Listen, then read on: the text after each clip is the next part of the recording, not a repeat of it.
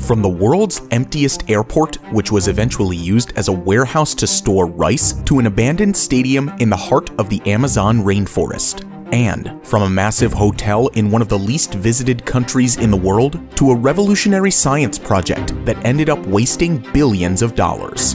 In today's video, we bring you some of the most useless megaprojects in the world. Number 5. Brazil's controversial stadium in the rainforest. Brazil famously hosted the 2014 Football World Cup, and for a country so obsessed with the sport, it was a pretty big deal. However, the country needed a lot of renovations to be ready for the showpiece event. In total, Brazil had to build 12 new football stadiums and renovate some old ones. This massive megaproject was going to cost Brazil a total of $11 billion, but despite the immense cost, the country was looking forward to showing its passion for the sport to the whole world. It's a juggle by Fernandinho. David Luiz will play back in, and Oscar heads it home. But as in many countries that host a World Cup, these huge megaprojects are not necessarily economically viable in the long run. Critics and economic consequences are often overlooked to deliver the best show possible for the World Cup. In many ways, the whole project didn't make any economic sense. But the most obvious was the construction of the Arena de Amazônia in Manaus, which took 4 years to build and cost around $250 million. The construction itself was no easy task. Manaus is Brazil's 7th largest city, but it is located in the middle of the Amazon rainforest. This remote location poses difficult challenges in moving large amounts of goods. Many of the materials used for the stadium's construction were shipped from Portugal and navigated through the Amazon River. This entire journey took 3 weeks, which made the construction process more costly. But the problems with this megaproject ran much deeper. After all the effort and money that went into building this new stadium, it only hosted 4 matches at the World Cup. The revenue generated from these few games was obviously nowhere near the spending. After the 4 World Cup games, the stadium was rarely used. The local clubs simply don't have enough of a fan base to fill out the 40,000-seat arena every week. Besides that, many residents can't afford the tickets to attend a game. So, for the local clubs, the maintenance cost and rent for the stadium outweigh the total revenue. The stadium was used again for a few competitions like the 2016 Olympic Games. But as with the 2014 World Cup, it was only needed for a few days. It hasn't been used for many events ever since, and is only a reminder of how the money to build it could have changed the lives of many Manaus residents. Number 4. China's abandoned ghost cities. China's rise as a major economic power in the early 2000s was accompanied by a real estate boom. Megaprojects sprung up all over the country, and its major cities became home to some of the world's most famous skyscrapers. However, not all of these projects were a success. In fact, China has accumulated plenty of ghost cities that cost billions to build but have largely remained empty. For today's video, we turn to China's Hebei province, which is home to one such project. The Xiangyun International Project is an 1,800-acre development in Ryugyong that was dubbed as a city within a city. Developed at a cost of $3 billion, the project consisted of 2 parts: a bigger high-end residential community with apartments and theme parks, and a smaller commercial hub containing shopping complexes and skyscrapers. The location of the project is very convenient, as it is built right next to a high-speed train stop and in close proximity to underground metro stations. This location isn't at all isolated like some of the other projects we have featured in this series. So how did this enormous project end up abandoned with almost no population? When the project was first announced, there was a lot of positive excitement. 700 housing units were quickly sold, but in 2014, the construction was stopped abruptly as the real estate company behind the project was put under investigation by the local authorities. By 2017, the charges of corruption were proved and the main developer landed in jail. Consequently, the property prices saw a sharp decline and the company declared bankruptcy. As of now, thousands of homeowners have not been able to move in because the project has been confiscated by the government. The half-finished development remains unused to this day, and the already developed areas have started deteriorating. Strangely, traffic can be heard roaring across the streets just outside the district, but inside, it paints a picture of a ghost town that is only inhabited by stray animals. These days, the Xiangyun International Project is more of a tourist attraction than a residential development. It is often visited by bloggers and YouTubers who are fascinated by such a huge abandoned site and want to tell its story. There's no official indication that the project will resume anytime soon, and it looks like this $3 billion megaproject will only be visited by adventurers. Number 3. The world's emptiest airport. In 2009, the island nation of Sri Lanka just ended its deadly civil war. The victorious president, Mahinda Rajapaksa, immediately made up plans to give the country an economic push. At the time, the country's biggest city, Colombo, was the only city with an international airport. However, that was all about to change as the president envisioned a second commercial hub in the Hambantota region, located 250 kilometers away from the former capital. This region was already experiencing a massive construction boom, and a new seaport was built there with the help of China, a partner willing to invest billions into infrastructure projects. The next big plan was to build Sri Lanka's second international airport in the small town of Matala, located just outside of Hambantota city. At the time, a government agency submitted a report advising against the construction of a second international airport at Matala. The report concluded that the money would be better spent on extending the international airport in Colombo instead. However, the government ignored the warning and still went through with the plan. Construction began in November 2009, and the airport was completed in just over 3 years. It was named after the president himself and officially opened for flight operations in March 2013. The total cost of the project was $210 million, 190 of which were loaned by China. The Matala Rajapaksa International Airport is a modern airport by any standard. It can handle up to 1 million passengers every year and has a 35-meter-tall air traffic control tower. Its proximity to Sri Lanka's most famous tourist attractions makes it an ideal location for many travelers, so there was some optimism when the airport was opened. While it looked like a reasonable project at first, the red flags were always there, most important of which is its geographic location. The airport is located in a small city with a population of just 20,000 people, a third of which live below the poverty line, so the local demand for the airport is non-existent.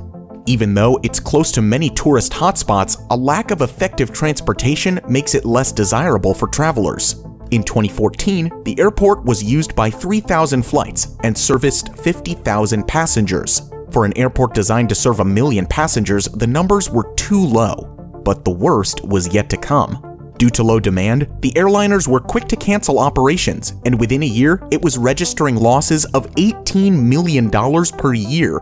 Even Sri Lanka's state airline stopped operating flights at the start of 2015 after Rajapaksa's defeat in the elections. With no demand and rarely any traffic, the wild animals in the vicinity started to outnumber the people using the airport. On one occasion, the government had to employ 300 soldiers to chase the wild animals away from the premises. Its huge area was also used as a rice storage warehouse to reduce losses. Matala Rajapaksa was making all the wrong headlines, and in 2016, Forbes termed it as the world's emptiest airport. In 2018, the airport was completely abandoned when Fly Dubai, the only airline still using it, stopped its operations. Critics claim that the project was not economically viable from the start, and that it was developed simply because Hambantota was the home region of the former president. Former President Mahinda Rajapaksa has been accused of pushing the country further into China's debt trap, especially after his seaport project also failed. The airport became briefly operational during the COVID-19 pandemic as the demand for return flights grew. Its long-term future, however, remains uncertain, with no clear plan in place. Number 2. America's largest failed science project. We start today's list with one of the largest physics megaprojects in history. When completed, the Superconducting Supercollider in Texas would consist of a circular tunnel system around Waxahachie that would serve as the world's most energetic particle accelerator. Particle accelerators use electric fields to accelerate charged particles to very high speeds. They are used for research purposes and help scientists unearth the mysteries of our universe. Particle accelerators have been around since the 1930s, and as of today, about 30,000 of them have been built around the world. However, none of them come close to producing as much energy as the Superconducting Supercollider planned to be built in Texas in the 1980s. Design calculations for the SSC began in 1983, and the project was approved by the Reagan administration in 1987. The project found massive support in Texas due to its wide range of applications and the hope of scientific supremacy. But while the plans for the project looked promising, reality painted a very different picture. As it turned out, a project of this scale faced many unsolved challenges, which eventually led to a point where the whole project had to be reconsidered. But what exactly happened? The biggest roadblock, as with many failed megaprojects, was the budget overrun the SSC accumulated over the years. According to initial estimates, the whole project was to be completed at a cost of $4.4 billion. However, the project's magnitude made it impossible to stay within the allocated budget. The SSC's ring would have a circumference of over 87 kilometers, meaning that a tunnel of that proportion would become one of the longest tunnels in the world and completely surround the town of Waxahachie. That involved undertaking a massive civil engineering project to excavate millions and millions of tons of soil. Away from the construction site, questions were being raised about the viability of the project. Many politicians and even members of the scientific community contended that the money could be better spent elsewhere. NASA was already working on the proposal to launch the International Space Station and required as much funding as they could get. By 1992, the estimated costs had already ballooned up to $9 billion, and the case against the project was getting stronger. Just a year later, in 1993, the cost estimates had soared up to $11 billion. By that time, $2 billion had already been spent on the project to dig up a tunnel extending up to 22 kilometers in circumference. With costs rising and rising, the government finally decided to officially pull the plug on the Superconducting Supercollider. Since the 22 kilometers of tunnels were not in use, they were intentionally filled with water as a way to preserve them. While the United States canceled the SSC, the efforts to build a high-energy particle collider continued in Europe. In 2008, the European Organization for Nuclear Research successfully built the Large Hadron Collider. It was completed at a cost of just $5 billion, and it lies in a 27-kilometer tunnel near Geneva. Meanwhile, parts of the SSC site in Waxahachie are now occupied by a chemical manufacturing company. The SSC was an epic project that would have shaped the United States in the field of particle physics. But it turned out to be way too ambitious at the time and ended up costing billions of dollars without any results. Number 1. The most useless hotel in the world. Next on the list is the tallest unoccupied building in the world, also known as North Korea's Tower of Doom.